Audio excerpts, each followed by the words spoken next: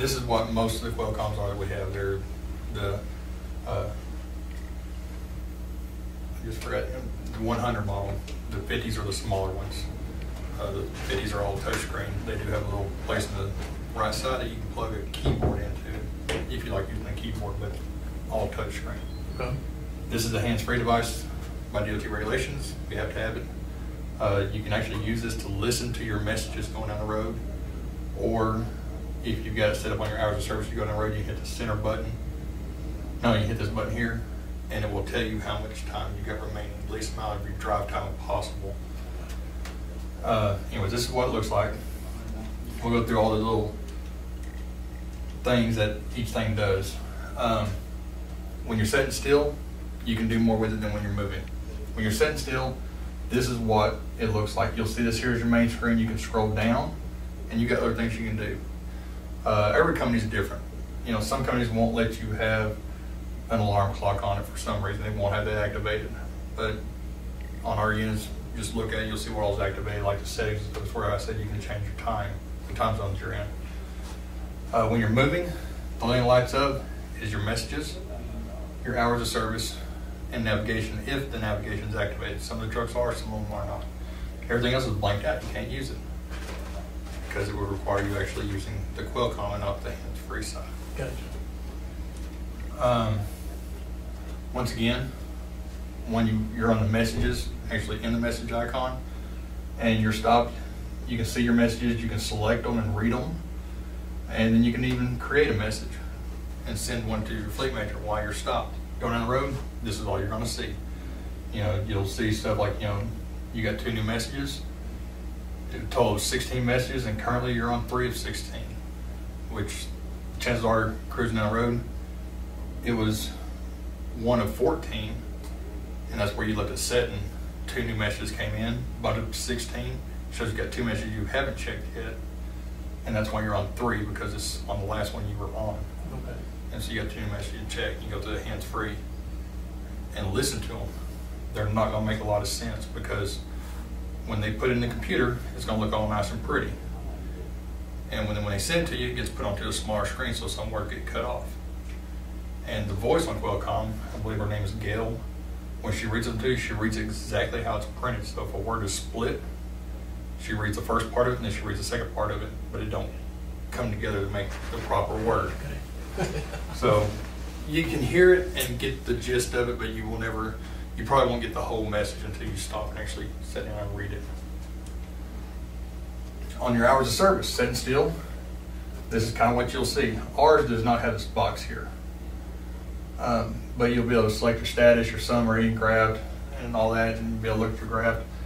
But going down the road, the whole screen is taken up by the DOT clock. Now the difference between this and the new DOT hours of service, you will never see 902 anymore, because the maximum amount of time you can drive is 8 hours. So it'll never be above 8 hours. You know, you gotta go, you gotta take a 30-minute break. So the biggest time you'll see on there at this point is at 8 hours. But that's really this was set up for previous styling, the previous DOT rules. This is a hands-free device. Normally the Qualcomm is wired up through the driver's door speaker. So when you're listening to the Qualcomm, it comes to the door speaker. And that's the basics of it. This is the home button. If you ever get lost in there what you're doing, can't figure out where you're at, just hit home. It brings you back to this screen. And you can start all back over. You can go back to the messages, you can go back to the hours of service, whatever you need to do. When you do get a message, that'll be highlighted in green. That'll be highlighted, and it'll say messages right there. And you just touch it, and it'll select it. And you go through reading your messages. These 4 buttons work as the same as these, the arrow keys basically. The center button is your enter button. When you're putting in information and you're jumping from line to line, instead of touching each line you want, once you start the top one and put in the information you need, if you'll just hit tab, it'll jump to the next line. So basically it's like a regular laptop. Like a regular laptop, yes. This here is to turn up the alerts volume. That as you hit the keys and touch this, you'll hear it go tick, tick, tick, tick, make little ticks. You can actually turn that up and down if you want to. Okay. You can actually turn the light all the way off. And the other button right there has her talk to you.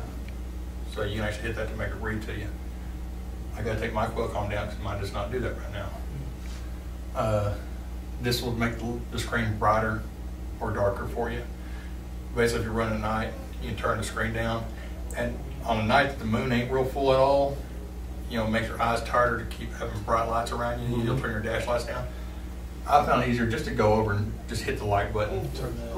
At the same time, if you're picking Qualcomm up and it's not working, the truck's running, it should be on, and you can't figure out why it's not, hit the light button. Okay. You may have dropped your lighter or soda pop and it happened to hit it. It's happened to me. It's happened to a lot of drivers I've talked to. You just hit the light button, it'll all come back up.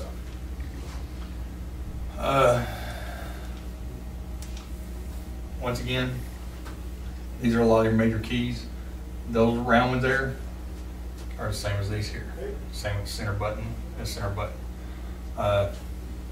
These outer buttons, got home and home, talk and talk. The back arrow, which takes you back to the previous screen you were on. And that one never really works for me, but it's supposed to go to your messages. I've hit it a couple times. It works better for me to just hit home, hit messages. Okay. Let's go on through. Okay, yeah. When you're on the screen, select messages. It'll bring you out here to where you see all the different messages you got. Select your one you want, highlight it. You can either double tap it and it'll select it, or you can hit the enter button, or the enter button, or the enter button, and it will bring that message up. You can scroll up and down the messages, or just select the one you want. Once the message comes up, you can read it in full.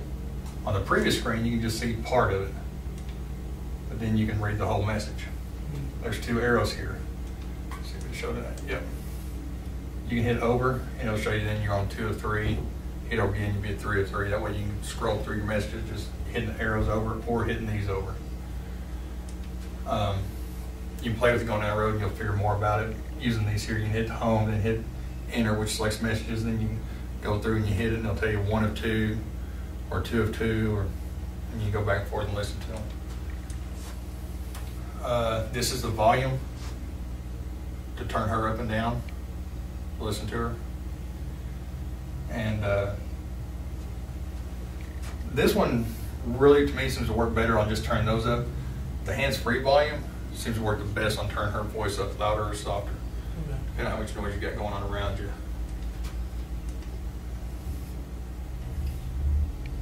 Once again, hit the home button, brings you up to this screen. From this screen here, when y'all first go to your trucks, you gotta log in. Go to where it says login. Simple enough, right? Yep. Right here, see it's got a name, right? That's not how we do ours. What it is, Felton will give you a driver code. Right. The driver code is generally the first 4 of your last name, first 3 of your first name. Is that right? Mm-hmm. Yeah, that's it. It's been a while since I've had to sign in. Once you put that into that spot, hit tab, it'll jump to the password.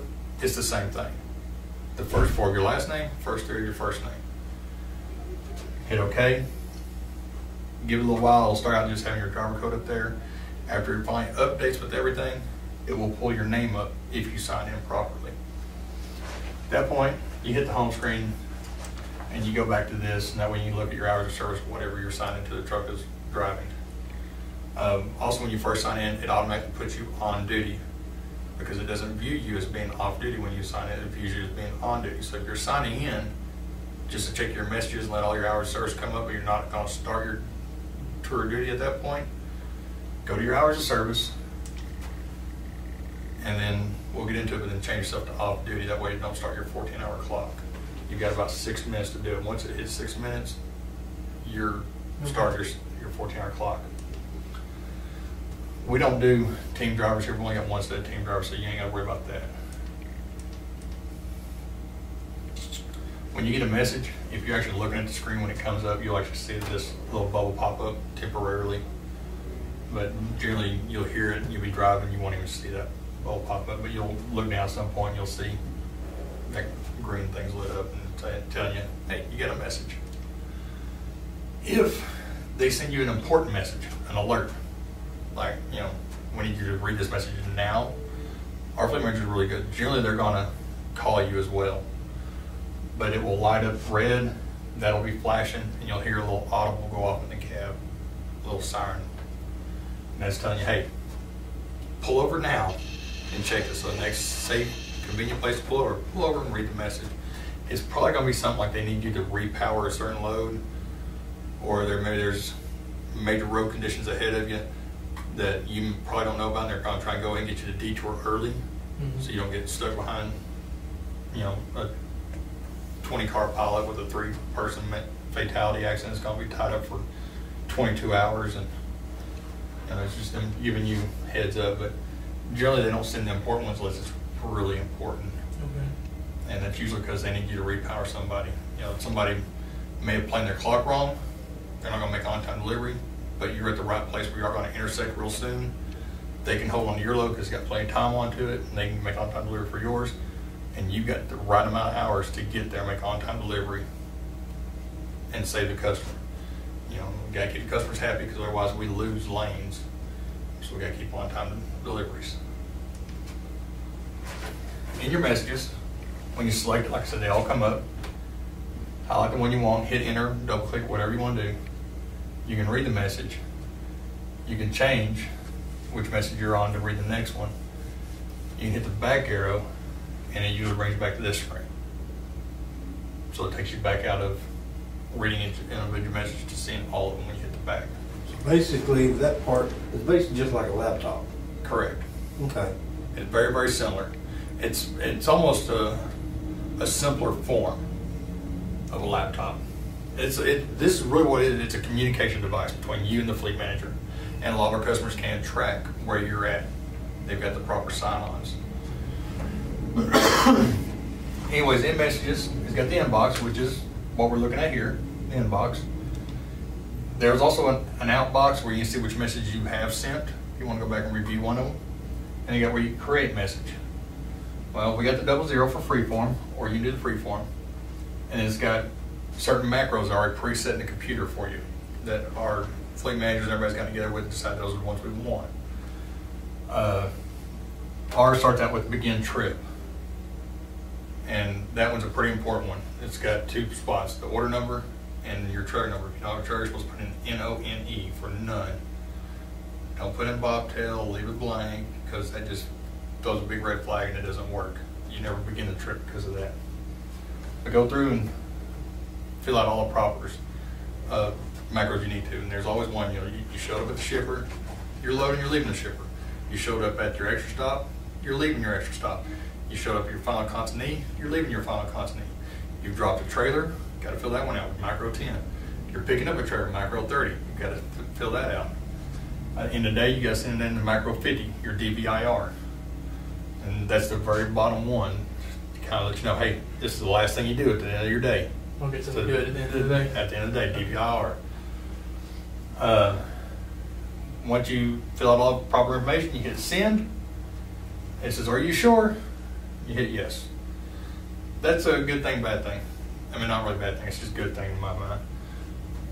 When you say you send a freeform message, and for some reason you've had the worst traffic and had bad food that day, and just everything's gone wrong. For some reason you got mad at your fleet manager, and you send them a dirty message, and you hit send feeling really good about it. You've vented it to the fleet manager, you've took it out on them. Well, then this little box pops up. Are you sure you want to send that? That gives you a chance to go, no. And clear it out.